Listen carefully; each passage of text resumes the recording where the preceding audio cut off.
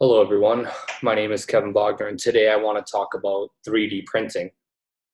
3D printing is something that could revolutionize healthcare delivery beyond what we could ever have imagined. Then, when it first appeared in technology fairs and competitions, first I want to discuss exactly what 3D printing is.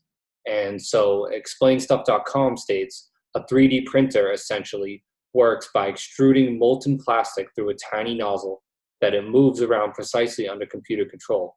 It prints one layer, waits for it to dry, and then prints the next layer on top. The first 3D printer was created in 1986, and Charles Hull was credited with the design and patent. Although originally called a stereolithographic system and later rapid prototyping, now it is simply called 3D printing. Originally, the creators knew that if successful, the possibilities were limitless. And as soon as the device was used in medical practices, they began realizing some of its practical applications.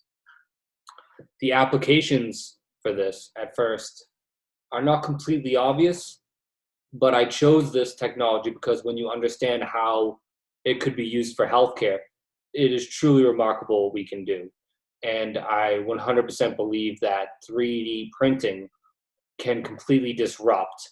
And if we are being completely transparent, it has already started, healthcare as we know it. It can be used to create artificial limbs or prosthetics, medications, and organs. One of the largest problems we face is the availability of organs simply because they are a finite resource, which are mostly being used. With the technology to create organs that are engineered for each patient, we no longer need a donor list. Patients eventually will no longer need to worry about when or if they can receive a donor organ. This is monumental and could help save millions of lives. Now, an average person can buy a common 3D printer from anywhere between $200 and $700. This does not include materials, which can be pricey, depending on what you want to use. Medical 3D printers for, say, prosthetics, medications, organs are significantly more expensive as they are, not readily available to the public. And depending on which one of these, they could cost millions. The materials, especially for medicine and organs, are drastically more expensive than the plastics that could be used for the artificial limbs.